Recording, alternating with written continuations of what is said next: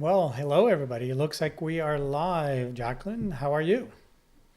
I'm doing very well. Happy to be here.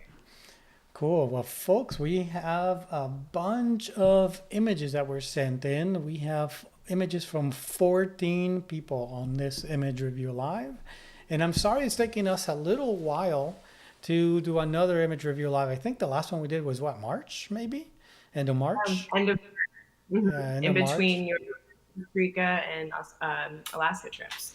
Yeah, it's been really crazy, and it's going to be crazy again for a little while through the end of July. So we probably will I just not been get to do another one crazy. until about Be crazy August or so. just for a little. There's a playback. Sorry Um, about that. okay, I was like, oh, I could hear that. That was, I I think, don't know on, where that's coming yeah. from. So we probably won't be able to do another one until the end of August. But we'll get to them, or sometime in August, I should say, not the end of August, sometime in August. So anyway, so without further ado, why don't we start on to the image reviews? Like I said, we got images from 14 different people. So let's. And actually, by the way, guys, I just wanted to give you a heads up. We've had some issues with bandwidth or something. I don't know with Jaclyn. Sometimes her video freezing. Um, so if you see me get rid of her, that's why. It's not because of anything else. It looks like the audio is still coming through, but her picture is not. So why don't we get started? Actually, in this first image we have here is from Bill Bolding. And Bill was with me in Alaska just recently. He was on the Alaska adventure trip, and we had some amazing eagles that we were able to photograph. And like I tell people on that trip, that trip ruins you for eagle photography because we get the most amazing eagle shots during that trip. And this is kind of one example of that, what these eagles look like. Um, Doing all these incredible acrobatics, just amazing. You know, and I love this image, but yeah, I guess I want to say that I like this image because I have a connection to it, because I was there. I saw this going on. I think that for most people, when they look at this image, they may be a little bit confused, even though we are seeing this incredible acrobatics that these bald eagles can perform, and you can see this sort of aggressive behavior of one eagle trying to grab the fish from the other eagle. If you zoom in a little bit here, let me see if I can zoom in some more. I'm gonna go to 200%. You can see a little bit of a fish over here on the talons of that bird. This bird's trying to come in and grab that fish from this other bald eagle. So as someone who was not there, didn't actually experience this, it may be a little bit disconcerting. You may not know what's going on here. So it's good to have a little bit of a story behind it so you know what's going on. But I do love the fact that we have beautiful light on it. The light is perfect. It's coming in from behind us, lighting up our eagles. We have a really nice foreground, kind of giving you, or sorry, I should say background, giving us a sense of place as well. And we have also an interesting sky. I just think that the position of the eagles is a little bit disconcerting. I think that Bill, if you look through some of the images around this image, you may find one that we can actually see the eagles a little bit better, especially this eagle on the right hand side, and still be able to demonstrate those acrobatics. The other thing I would say is that I would like to see this maybe not so centered, maybe a little bit off to the side. Maybe give yourself a little more room on the right hand side. Maybe tighten it up on the left hand side, and put those animals a little bit off center. Follow that rule of thirds when you're trying to crop an image. What do you think, Jaclyn? Yeah, I'm really drawn to. I love the action of this image. I love how he's captured really just this stop motion, where it's a beautiful moment and a really cool wildlife experience. But I would love to see, as you had said, more of a separation from the head and the talons on the left eagle, and then just full on. I'd like to see the talons more clearly and that right wing of that right eagle as well. I think that you're absolutely right. If you were shooting, bursting as well, you probably have an image that might separate that a bit more and just really draw out the intensity of that encounter as you see them kind of dueling for that fish. So I think it's a really awesome start, and I would love to see others from that sequence too.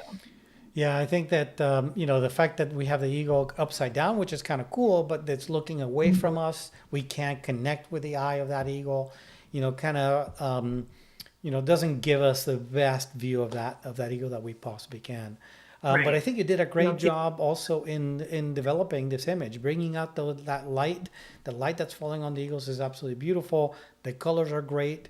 So I think you did a great job. I think just looking around maybe these images a little bit, trying to find a better pose on those subjects may create a much stronger image.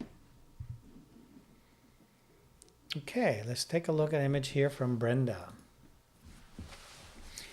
Brenda was with me in Bosque del Apache, and she was with me also in Alaska. So as we looked at some of the images that she sent, she's got 2 images from Bosque and 1 image that seems from Alaska.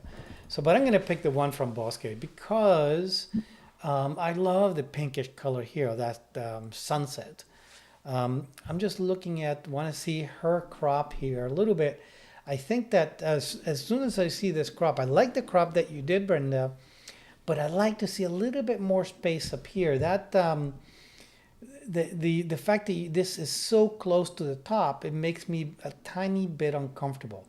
I would like to see a little bit more room at the very top of that image. I would also like to see maybe a little bit more color or a little bit more light on our subjects, just a tad. We don't want to bring it too much because what would happen is that it would look artificial. So one of the things I'm going to try to do is I'm going to try to create a mask. Oh, she does have a mask here for the cranes, but I'm going to try doing one of the new masks in Lightroom, which is a subject mask. And look at that. It's actually selected a lot of the subjects. And maybe that's the one that she did also. Probably she did the automatic masks in Lightroom. It wasn't perfect. You can see here that we're missing a little bit of this head of that crane and maybe the one on the left. But I now want to see what's going to happen if I bring in some of the shadows on this and brighten those guys a tiny, tiny little bit, and maybe a tiny bit of exposure to bring them out. Not too much, because again, we want it to look natural, but I think just highlighting them a little bit, I think allows me to connect a lot more with those subjects. And so I like that. I like the just tiny bit of subtle effect of bringing in that light in. I love the reflections at the bottom. I think that works really well. I like the way that you crop this crane on the left-hand side out. I think that was a good choice because the framing here was such that you were cutting off the tail of that crane. So being able to have it, being able to crop it out completely, I think works very nicely in this scenario. Yeah, absolutely. And that crane coming in on the top left of the frame was just so beautiful and picturesque, really adds to the scene.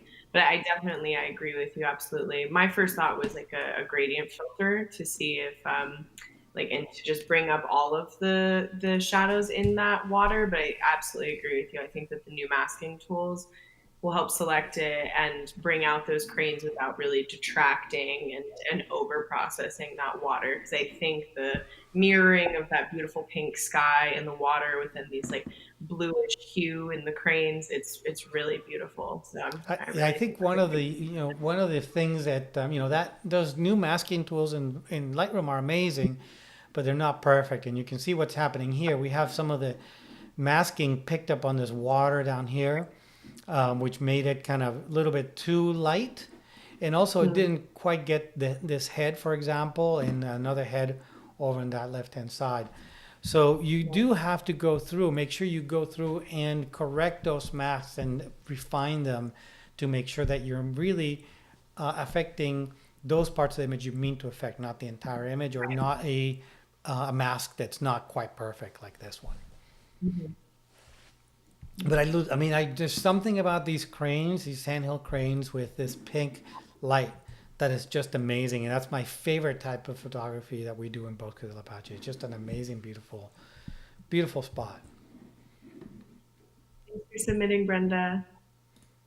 And this is, again, another workshop participant. This one is David, and came with us to Costa Rica. And this is that beautiful golden morph eyelash pit viper. And I love this angle on this viper. This is pretty neat. I love the way that it's being framed on this. You know, this is not a bird of paradise. It's another kind of flower, and I forget what it's called. Sorry? Yeah, it's related to it. It's of the same Right. family. Same I'll family as bird of remember paradise. live stream. Yeah. So yeah, absolutely beautiful. I think one of the things that I would do is bring a little bit more light onto the left-hand side of the Viper. This part is a little too dark, so I would want to go in and, I'll do something here real quick. I'm going to do a new brush tool, and just very quickly, I'm not going to spend a lot of time here, but just want to show you the difference that can actually make on the image by highlighting these parts that are kind of dark on the image. And then I'm going to adjust my shadow slider and bring in a little bit of shadow in that area. I don't want to do this. I don't want to make it so that we're removing the shadow completely, because that shadow is giving us, definition on the image and depth. So we don't want to remove that completely. But I want to see a little bit more there, bring a little bit more detail in that area. Just a little bit more so I can see more in that area. Now, this branch up here, this foliage, it's kind of bothersome to me, especially this white area here, because what this white area is doing is really distracting us, pulling us away from our subject. So this is something I would definitely want to clone out. And for something like this, I would probably do that in Photoshop, because Photoshop does a much better job at cloning than I can do in Lightroom. But I'm going to try anyways. I'm going to go in and paint this area around like this in Lightroom and see what Lightroom does. And maybe move this guy a little bit around, and I change the feather some. I think that was part of the problem with this guy, that I had no feathering going on. And that actually, it's not half bad. You still want to refine this because you can still see that something's going on in that area. But just to give you an idea what that looks like, it's a lot better looking. My eye's not being distracted by that white hot area up there. There's another hot spot at the top of the image from that, I would presume it's a big leaf at the top. So that's a little bit distracting, but it's kind of more off of center of the image. That center was really pulling my eye towards it. So I do wonder if I would go ahead and completely crop that out, maybe crop this image in a little bit tighter and see what that does. And that to me, I think that's a little too tight. I don't like it this much. This Viper is really in your face, which could be something you may want to go for, but it's a little too tight for me. So I don't know. This part at the top is a little too bright for me. It's a little bit too distracting. So I would try to see if you have another image in this same sequence that doesn't have this sort of big white, splotch at the top that's distracting.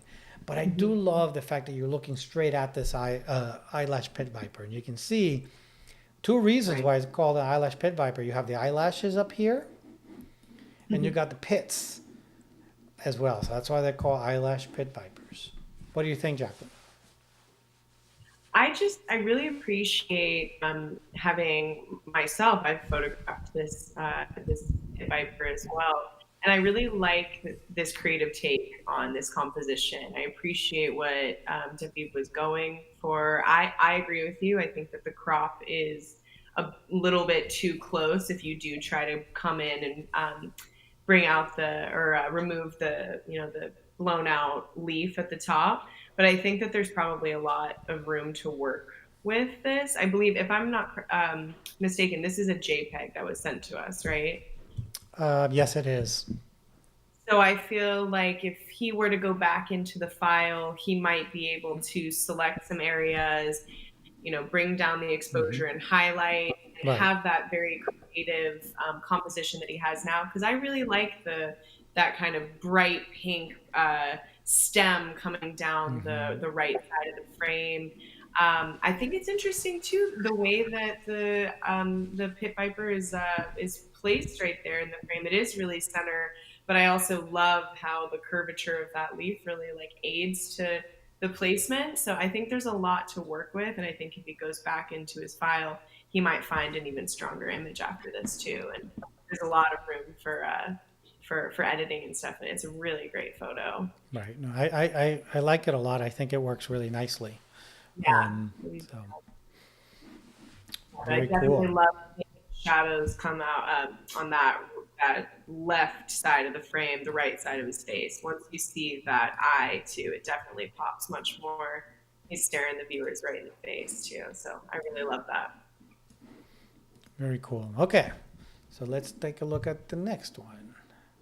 And this was from David Recht, and he was out here just recently in Monument Valley. And, absolutely beautiful composition with these, I think these are choyas in the foreground. Hmm. You would know better than me, right? These are choyas? I would try. Yeah, absolutely. Yeah. I Um, would hope. yeah, absolutely. Nice composition. I think that, you know, my only my only comment on this image, or my number one comment on this image is, I know we take what we can get, but that sky is a little bit too uninspiring, because we have all this white in the lower part of that frame. Maybe perhaps waiting a little bit longer, or a little bit later in the day, where that sun would be a little bit softer, and you get a little bit, maybe some blue light to be able to bring in some more detail in this area and not have this sort of white background. I would love to see more of this blue background or blue sky behind the monuments themselves. But I love the depth of field that you were able to create here. I'm not sure if you did a focus stack or you just used a very small aperture. We can actually probably take a look. He did f11, Hmm. and he sent in and this is a JPEG, so we don't know if he did a focus stack or not in this image to get that incredible depth of field, because everything in this frame is super tack sharp from the foreground all the way to the back.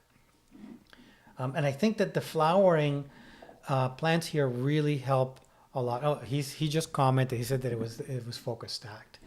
Um, so very nice. That the composition is iconic composition. I love the fact that you found these flowering plants in the Right. foreground that are white. That kind of really offsets against that background, against that red sand and that red rock that's in the background.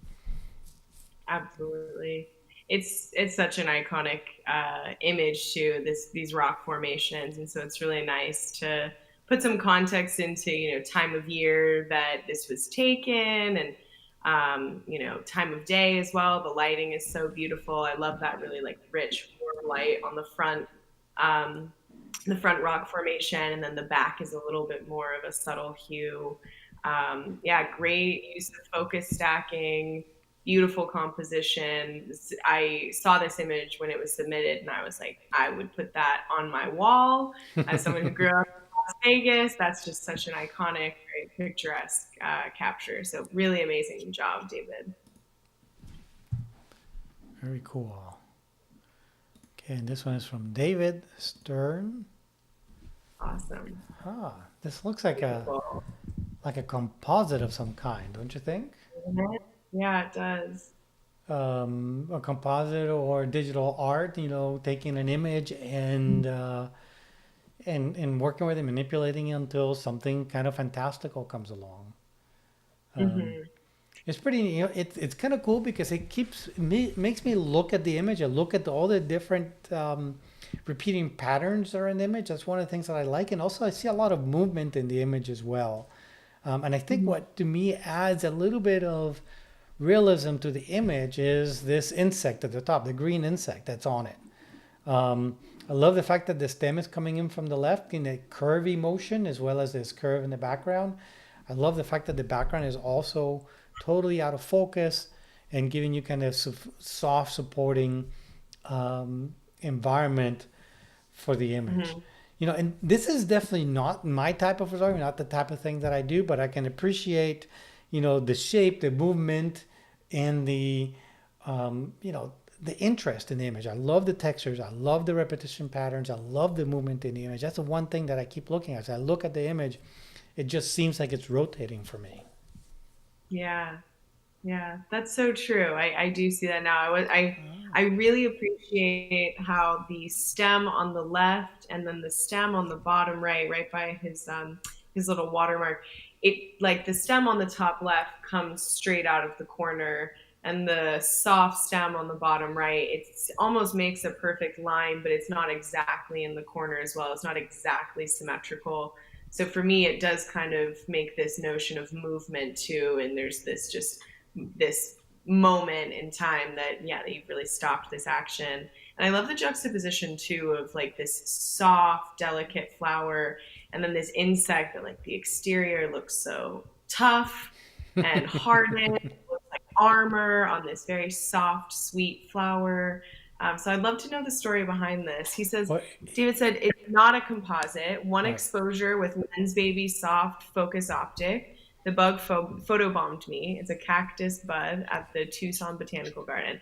That's one of the best photo bombings you could have. I think that's awesome.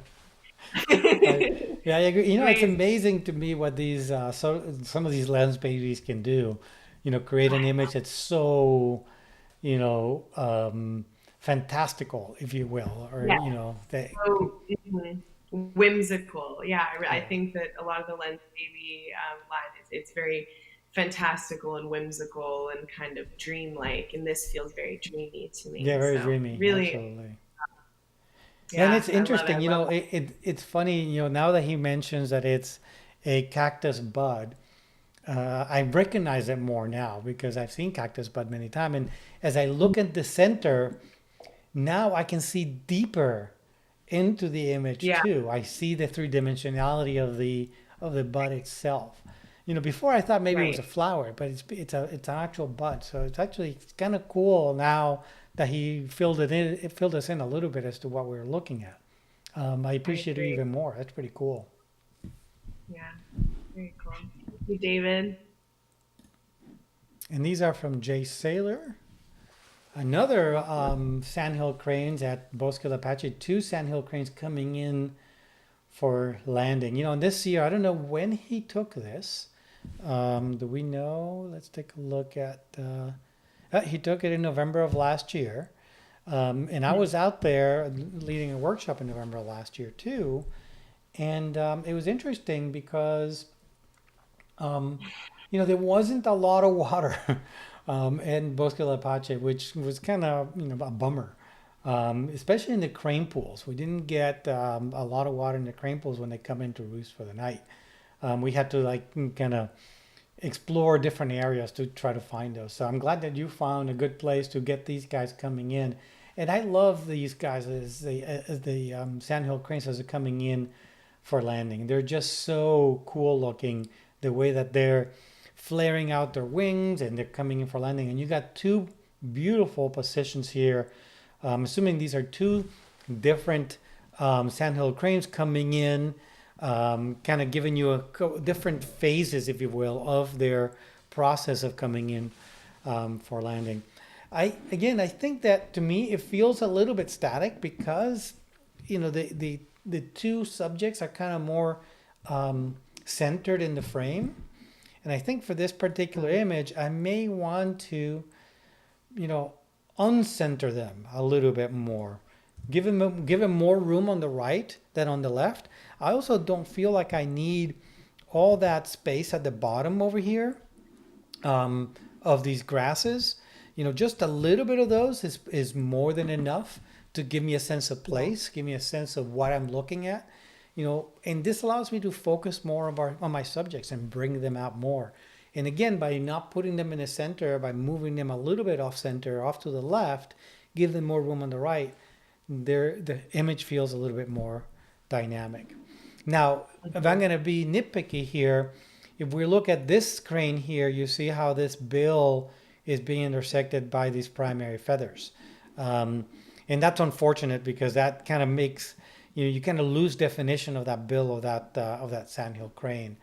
So that's something that I'm always looking for, is to make sure that I have nice, clean features on my animals as much as possible.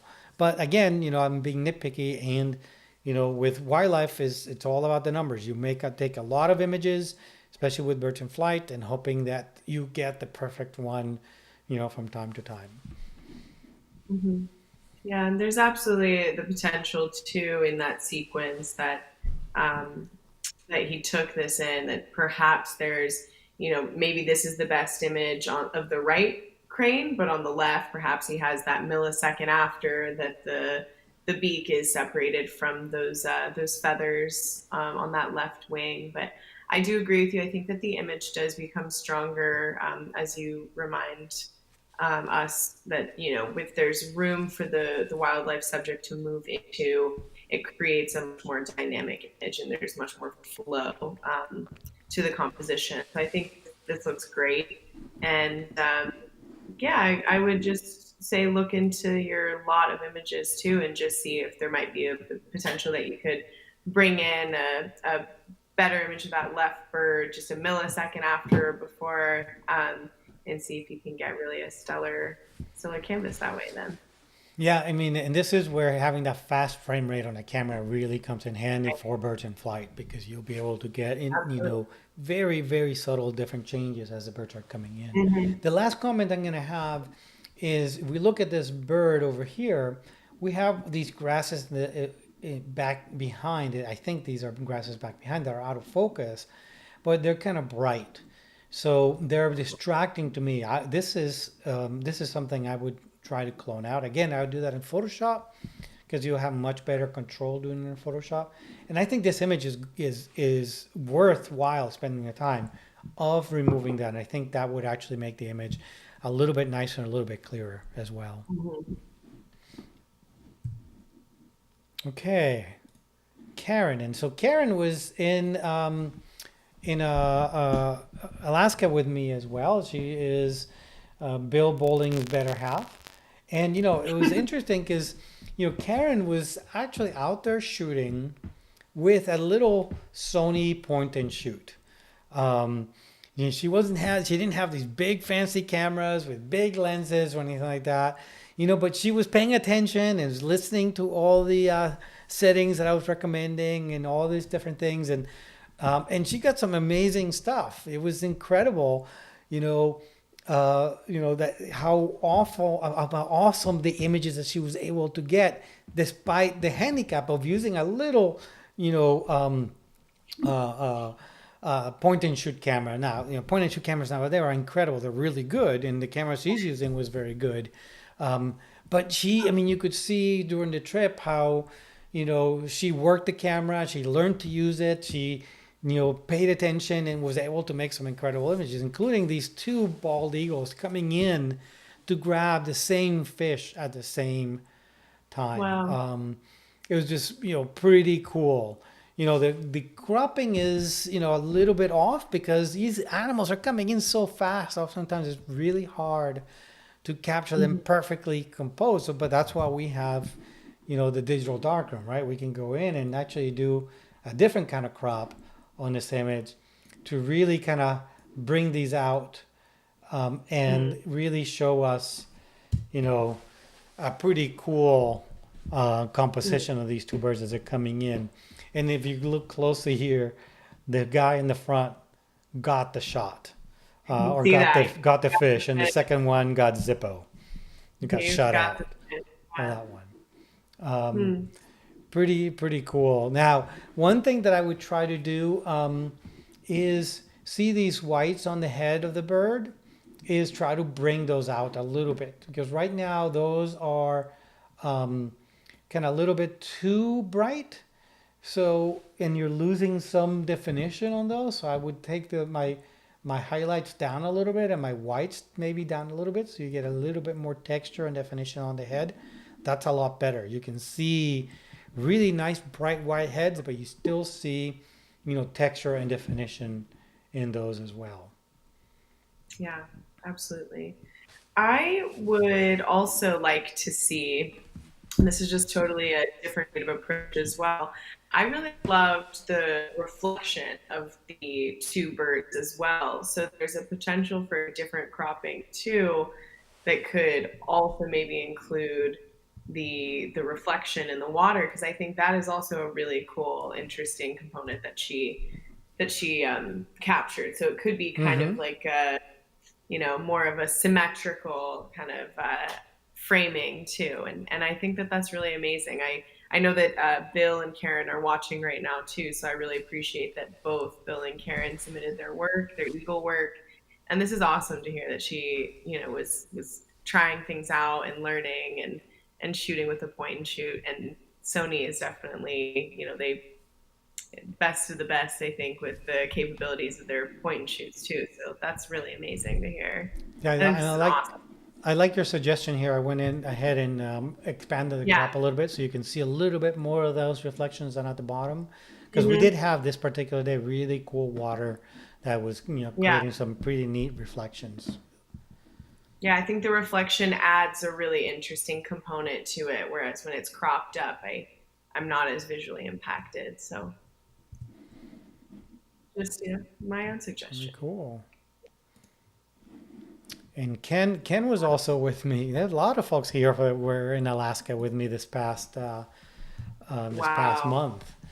And this, we got to see some incredible landscapes. One of the things that I joke on these trips is that, you could throw the camera up in the air with a 5 second timer. And by the time you catch the camera, it would have probably made a beautiful shot out there because there's so many amazing vistas and so many amazing mountains and the weather and the water reflections is just amazing.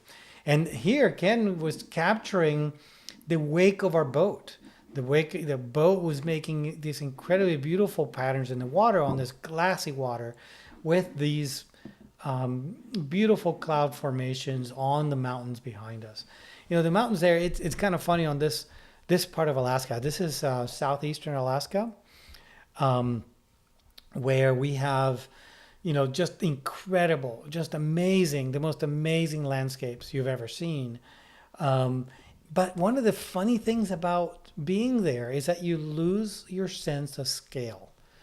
You absolutely lose your sense of scale. These trees, he says, Sitka spruce trees, they're 80 feet high. And you don't really realize this unless you have a person or you have a bear down on the shoreline. We saw on these two trips. I had two trips back to back.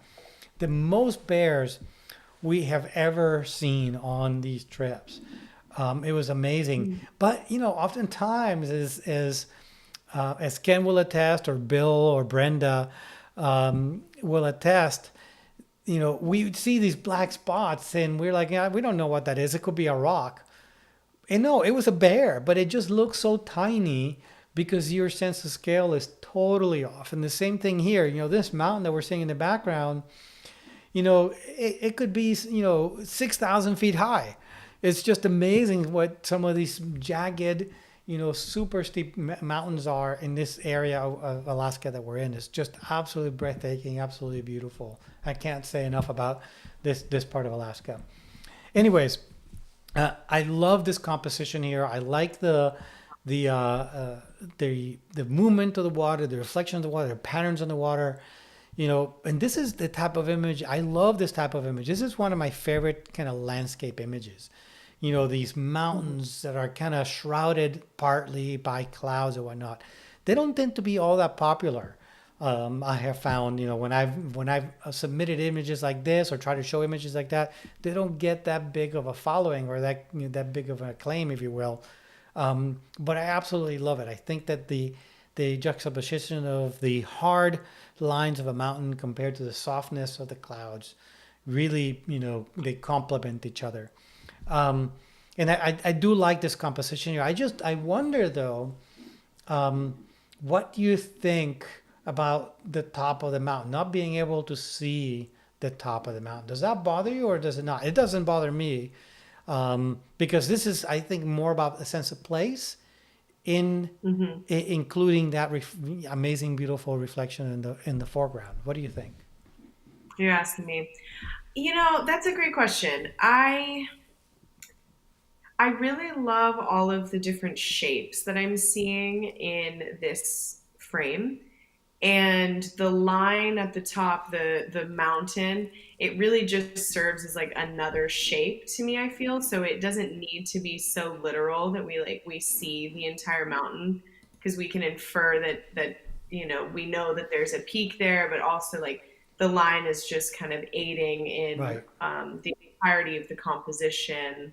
It really flows so beautifully from the water just to that like soft cloud coverage, fog, haze, and then the softness of the mountain. So I'm unsure if I were to see like a harsh peak, I don't know if that would really fit in with like the Mm-hmm. flowness of this image too. Everything really just flows and breathes so nicely.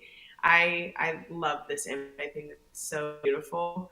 And I think it really does kind of attest to what you were telling me about the grandiosity of like just how epic Alaska is and the landscapes that you encounter, that it really puts into perspective how incredible and wild and lovely this landscape is. So I think this is awesome. Yeah, there are a couple of things here, that I want to point out because I think people would, appreciate that and benefit from that.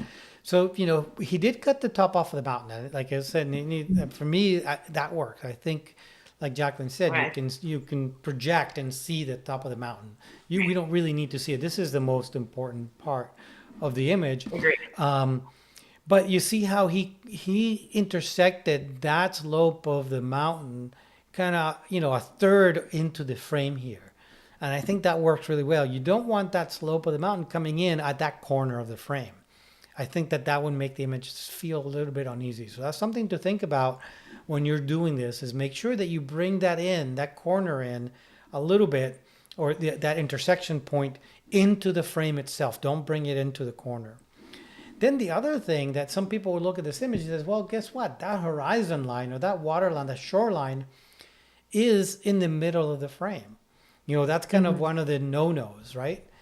And, you could say it's a rule, maybe. You're not following the rule of thirds, but you know what?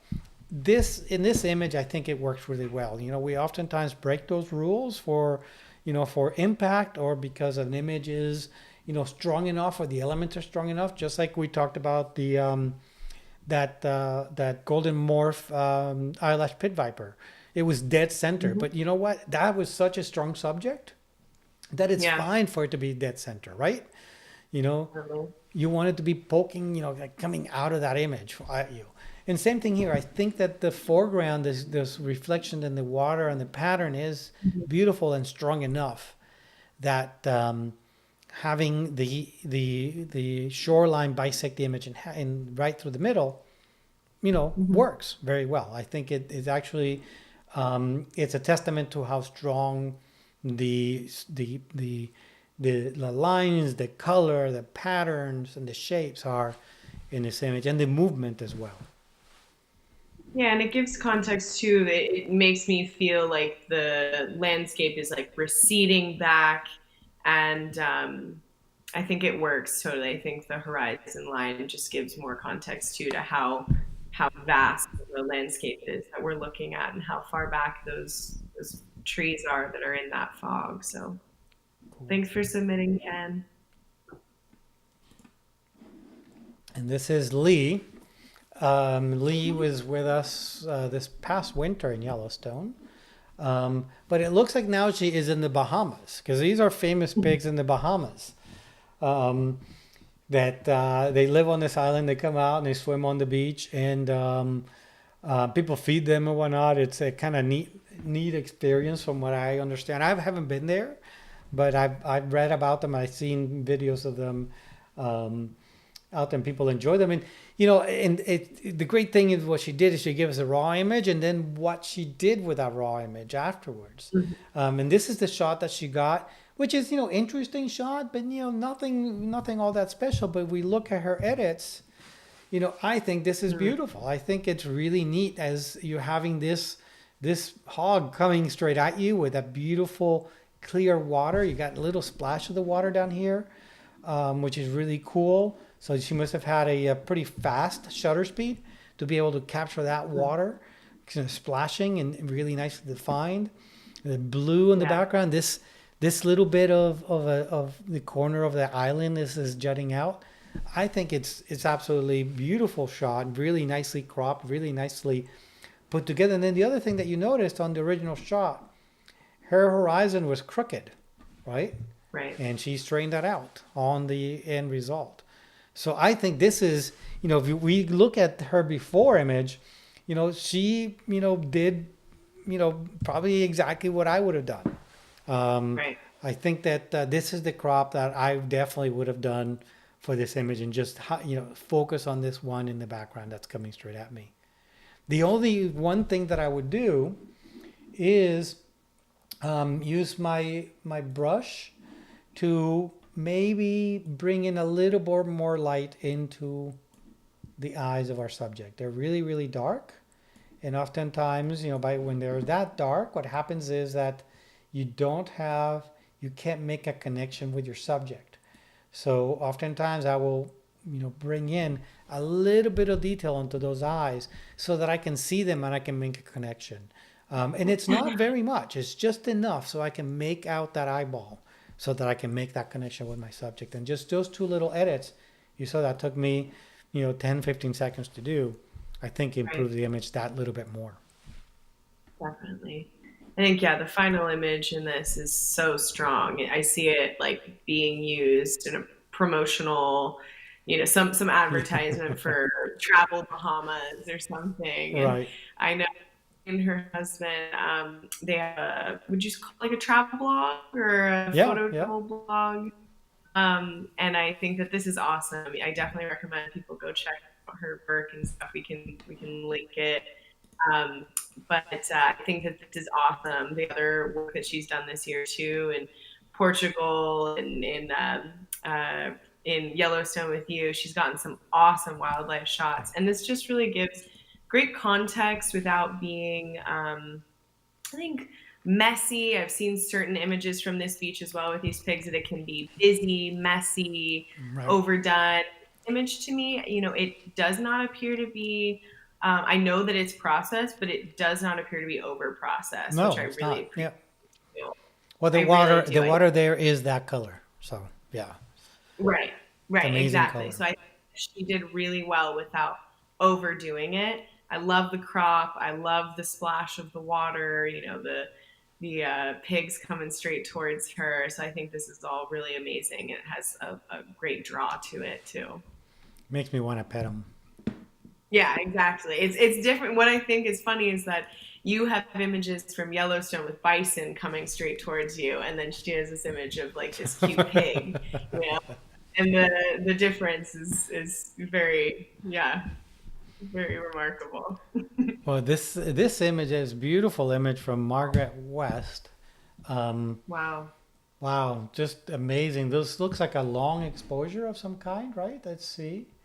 Yeah, 13-second exposure at f/22 to get that really silky, beautiful water. And then my guess is that this was then converted into a black and white, unless it was shot with a black and white system.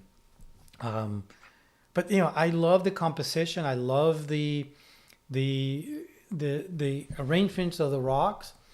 I like the separation between these front three rocks.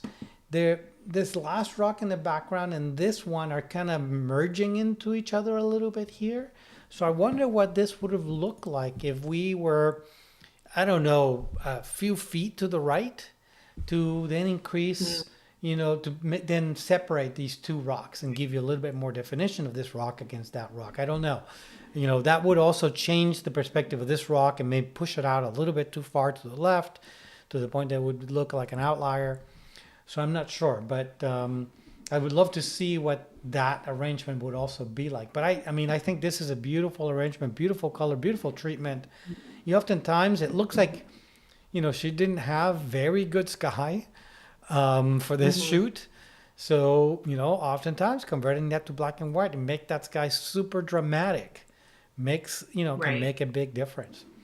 The other little thing that Hmm. most people probably haven't seen is that little bird. It looks like a seagull on top of this rock. I think that I love that. I love that little detail of that shot. And it's amazing to me that this is a 13-second exposure, and that bird looks pretty Wow. sharp.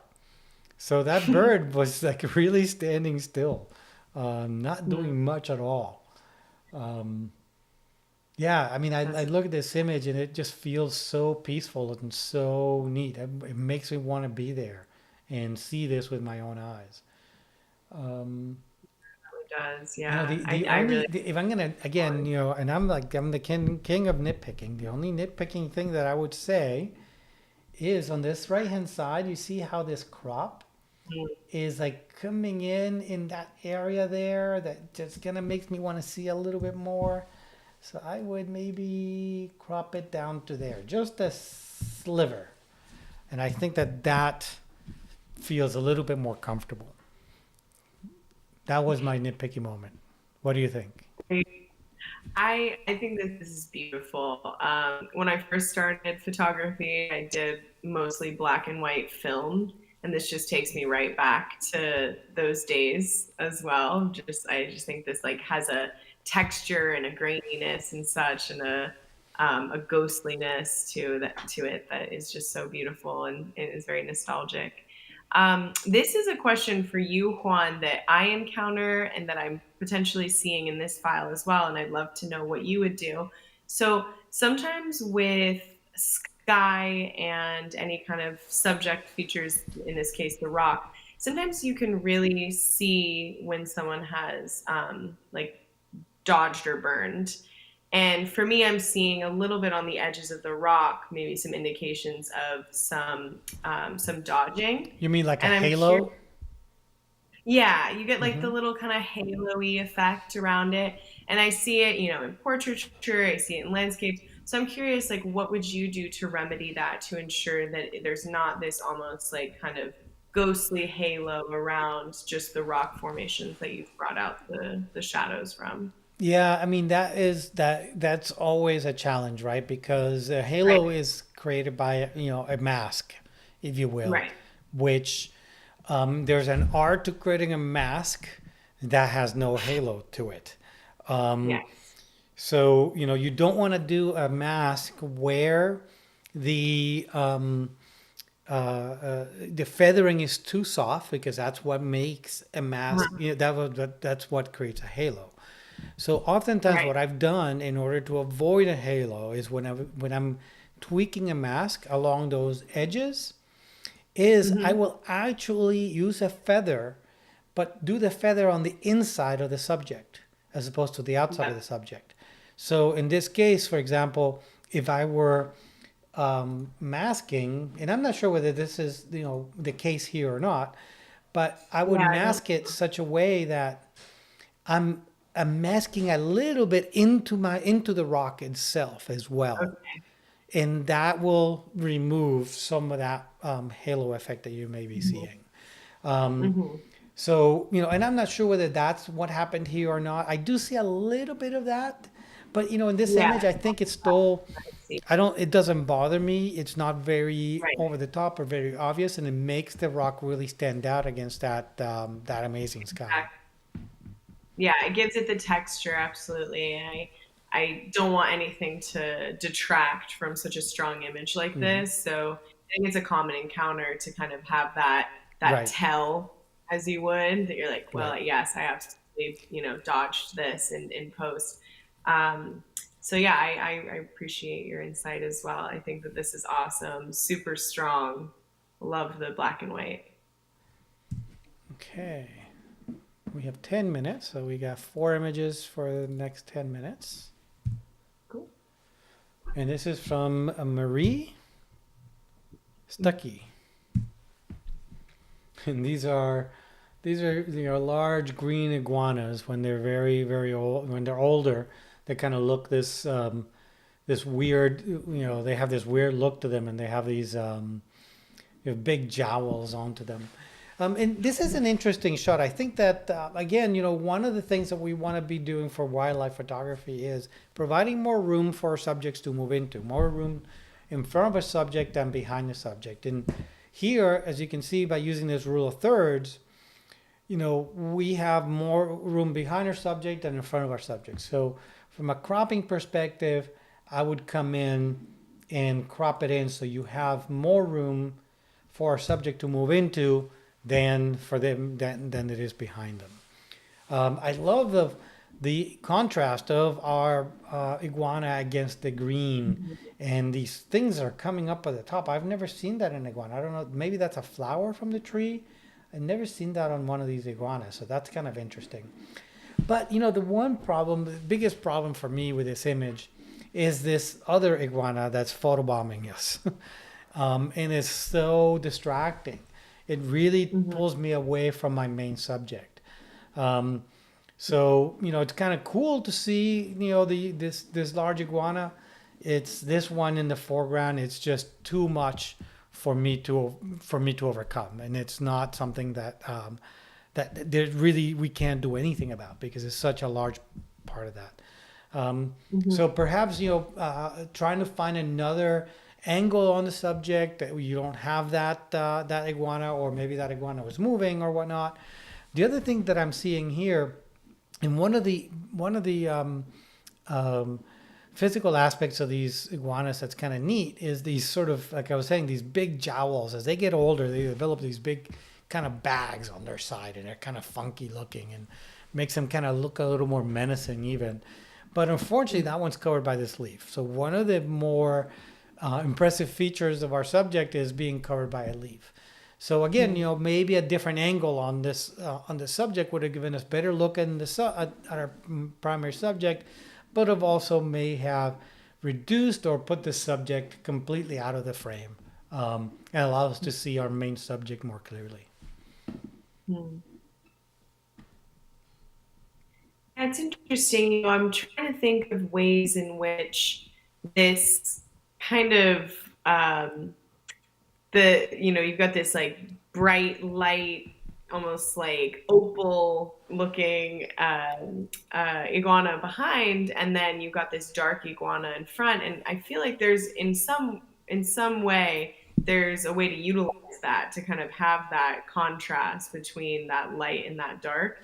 And maybe not with this framing, I wasn't there. I don't see what the potential was, but perhaps that's what they were going for as far as like utilizing how there was that stark difference in tone. But I agree with you, if the main focus is this subject in the back, with these large jowls and stuff, I would love to see just that subject then. But I do appreciate maybe perhaps they were going for something with framing them so closely together.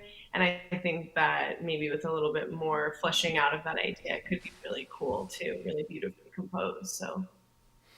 Yeah, I mean, I think that, and this is kind of a rule, right? When we have multiple subjects, is as much as you can, you want separation between your subjects.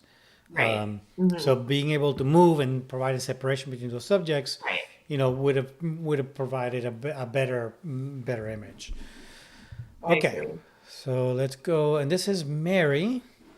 Mary's a friend of ours, and she was in Alaska with me as well this year. But she photographed these, if I remember correctly, down in Florida, down by Orlando. And she's been able to photograph these great horn owlets quite often. Now the challenge here is that we have this super bright background, and one of the things that's doing is making our subjects pretty dark, because your camera is we're trying to not blow out this area in the background too much. But I think that this is an image we can do quite a bit with. The first thing that I would do with this image is crop. Because that's always the very first thing that I do when I'm working on an image is cropping it.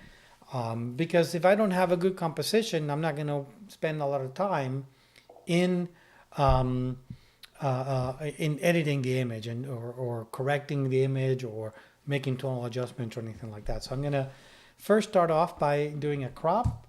And this one's a little challenging, right? Because we have one subject looking one direction, another subject looking in the other. And our subject in the foreground is the one that's most in focus. The one in the background is a little bit out of focus. She shot this at f5. So that's why there's not that much depth of field, even though you're at quite a bit of a distance. She's shooting at 400 millimeters. So I think that because this guy's looking to the left and this guy's more looking towards us, I want to give them a little bit more room to the left as opposed to the right. I think that feels a little bit more natural. And then I'm going to bring in my shadows some to try to bring my subjects in the foreground to kind of even out a little bit of what we're seeing. And then maybe bring my highlights down a little bit in the background and maybe my exposure up a little bit. And then also bring my saturation because, great horned owls have these amazing, amazing yellow, orangey looking eyes. So I want to bring that out as well. I want to bring a little bit of that by adding more saturation to the image, which is in turn also bringing in some of these green in the background. Now, what that has done is made some of this back here a little bit, this green a little bit psychedelic. So I'm going to go in and mask that out a little bit and maybe take my saturation down on that green so it's not as psychedelic as it looked like before. Again, we're not going to do an insane amount of editing, but just these couple of quick edits. Look at the difference that we had from this to that, to bringing out our subjects a little bit more. I would definitely do a little bit more work on this image, perhaps doing a little bit of more, adding a little bit more contrast to the image to bring these guys a little bit, then do maybe topaz the noise to remove some of that noise because you're shooting at ISO 2500, which is a pretty high ISO. You can see that noise in this background over here. But I love the pose of these two. I think I would have liked to have seen a little bit more depth of field. Maybe shoot this at f8, f10s to get both of these guys in focus. Because this guy in the background is just that out of focus. And I think the image would have been a little bit stronger had we had both of these guys in focus. So what do you think? If I'm not mistaken, I remember Mary had submitted either this image or a similar image in our last image review live as well, a version of this with these two owlets. And I really like this shot, just, even the raw image. I think there's a lot to work with. I really appreciate your edits. I like that I like that there's a difference between where they're looking. I think that's kind of interesting. And so it doesn't bother me necessarily because I think I'm so drawn to the expression on the first owl that the second owl is kind of just like a cute add-on. But to be fair, that doesn't amplify the quality of the image necessarily. So perhaps if there is a film that she has both of them looking, maybe she can kind of composite together. Quick question that I have for you though, Juan, is, you always mention how your eye is drawn to the brightest part of the frame. And I'm curious about whether you would go back in and more time on that right side of the frame with that kind of blown out highlights right there. Would you go in and also mask there too, you think? Yeah, I would definitely, especially this area here, this area, and this area here, and tone that down a little bit. Perhaps, cloning some of these green out of focus areas on the left-hand side over on the right-hand side to soften that a little bit so my eye doesn't get pulled in that direction as I'm looking at this image. So we want to focus on these beautiful great horned owlets. The other thing I want to mention here that really, really works for this image is the diagonal of that branch, right? I think the diagonal just adds a sense of movement and makes the image that much more dynamic. Definitely. So it was nice to be, I'm sure these guys cooperated and they sat on a diagonal branch, right, when they were making it. So they knew the photographers were coming, so they came out and sat on the right branch. Yeah. Very, very cool. Awesome. She has made a lot of images of these owls down in Orlando. Right. So It's really cool. I really like seeing just yeah the progression of this too. I really like this framing and such. So I'm glad that she's yeah, she's getting access to these outlets. That's very cool. very cool. She invited me to go down, so I may have to do that very soon. Gotta do it. Okay, so here we have a beautiful. These are from Melody Mellinger. Wow. Hmm. Absolutely beautiful. Oops, sorry. Eastern bluebird with a chick. That's amazing. And I want to see here I think she does have, oops, let me see real quick. Yeah, so I want to take a look at the edits that she did. So this is the original image, Okay. and this is her editing results. Absolutely beautiful. I love this. This is again an Eastern bluebird adult feeding one of its offspring, one of its chicks of the year. Um, just Wow. looking here at the cropping that she did, I may actually go in a little bit tighter. You see these leaves over here that are coming out of nowhere? Probably want to get rid of those and maybe just give myself a little bit more, off center. Because the way she had it, they were really, really centered in the frame. So maybe perhaps even do something like Oh wow. this. Oh wow. I love the shape of this branch, so I Hmm. want to be able to see that entire branch. It's got these beautiful berries. You got a beautiful background. I wouldn't cut that branch off on the right hand side. I think that the flow of these branches, and this Wow. accomplishes two things. It allows us to see all these berries on this branch, which are really beautiful and interesting. Sets our subjects a little bit to the left, gives us a little bit more room. And it kind of gives us a sense of both a wildlife image as well as kind of like a landscapey image at the same time. Gives us a lot more context, a lot more environment. Um, Yeah. Amazing, beautiful, beautiful shot. And look at them; they're out in the open. There's no branches or leaves in front of them. We can connect with both of our subjects. We see the eye. Nothing is really obstructing them, and we have probably the best angle we can have on that Eastern bluebird. That blue on the back of the Eastern bluebirds are just absolutely amazing, an amazing color. I like the rusty color of the chest, but the blue is really what's Mhm. electric. So being able to get these guys in that over the shoulder shot, I think, really brings out the color and makes them even look better. Yeah, I love how she photographs birds, and she's submitted to us before, and she just has Yes. gorgeous, gorgeous captures, and this is no exception. This is such an amazing moment. I love how we have a bird both looking away from us and facing us, but we have the eyes of both of them still showing. Um, and I just love how she creates kind of these compositions with really utilizing the branches that she finds the birds perched on too and landing on. I initially, when I saw this image, I was actually going to say how she had it cropped. I was going to crop it in just a teeny bit further or clone out just those little edges of branches or leaves that she had on her edges of her frame.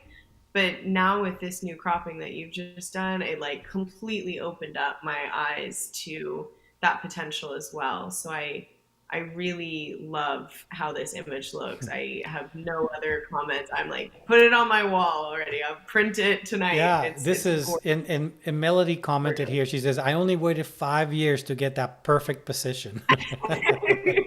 And yeah, and that's It, what it takes. That is what it takes. And I mean, this is. it I mean, is. the other thing that I like about this too is that and you guys have heard me say this before. I'm a sucker for more, wide aspect ratio images, and this gives us a much more wide aspect ratio. Yeah, This is absolutely an image that I would hang on my wall, every absolutely. wall in my house. It's just absolutely beautiful, amazing. It's so gorgeous. Yeah. So Yeah, and Melody said she really likes your crop too, which I yeah, agree. I think that yeah. I mean, that this shape this is branches over here are just amazing. They're beautiful. They're beautiful. and the red in the berries and the leaves with Yes. that Yeah. really blue. It's just that color contrast is gorgeous. So I think Melody's really got a winner in this. Okay, we have Thank you, Melody. one from Steve. And Steve gave us a before and after also. So a waterfall being shot through. Man, this looks like an awesome spot. Look, there's even a rope swing and everything. Where is this? I want to go here. Does he give us a hint? Nope, he doesn't give us a hint of where it is. Maybe I I know don't know if he he's was. on, but tell us where this is, Steve. Because I I want to think go so. there. He was. If I'm not mistaken, he was on Oahu or Maui or Ah, something. that's right. They were, yes, they were in It's Hawaii. submitted So, some big wave photos, so yeah. we'll track it down hopefully. And then this is the before and this is the after. Look at it. He cloned out that rope. Well, we did clone out the Um, rope, yeah. yeah, he cloned out the rope and brought in Yep. a lot more detail.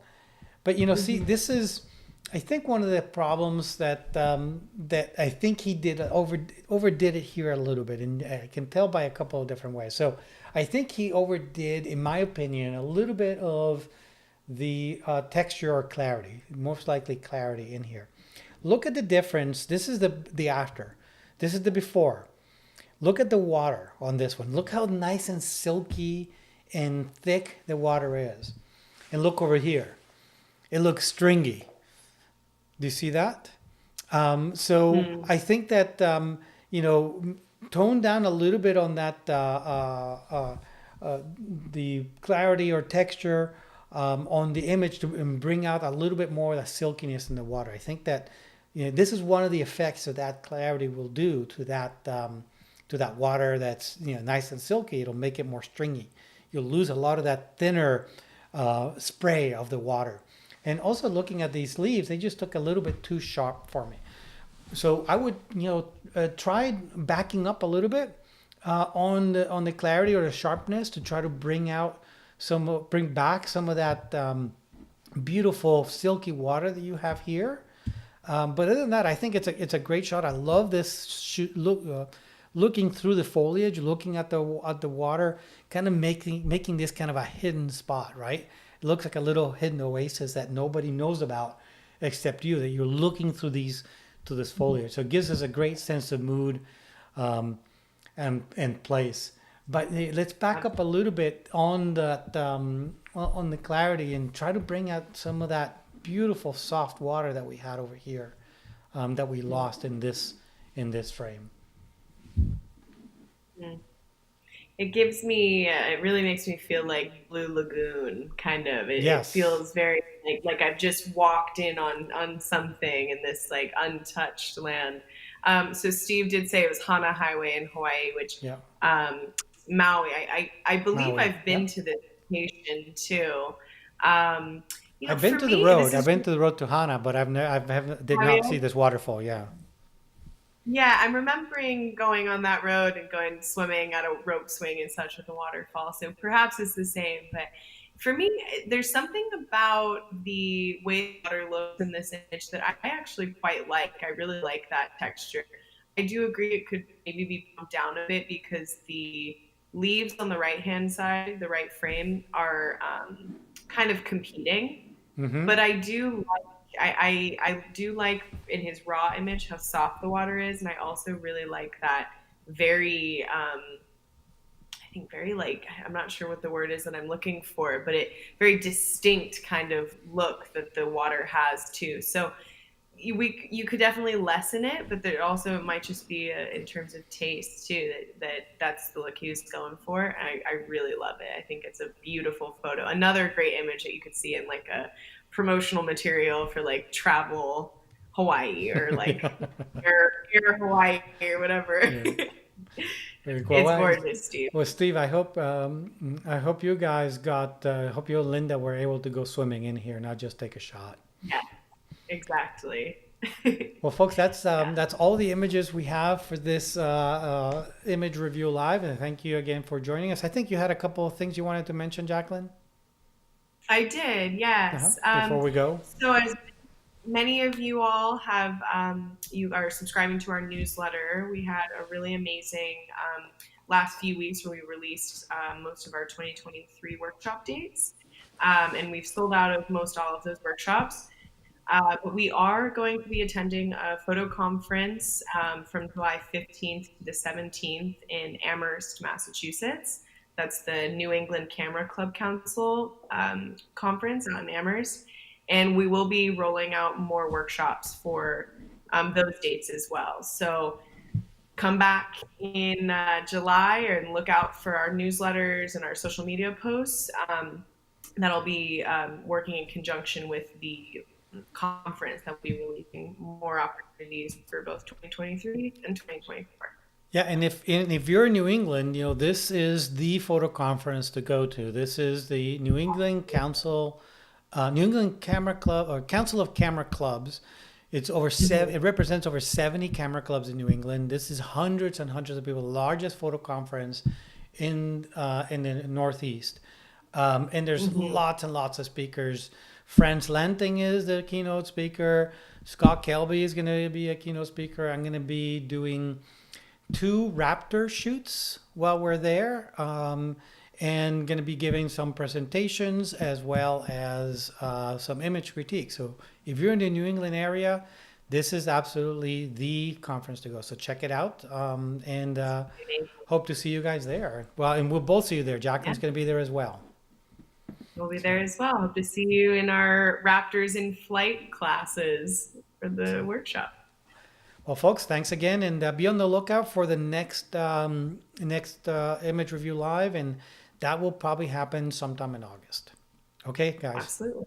Take care. Thank you.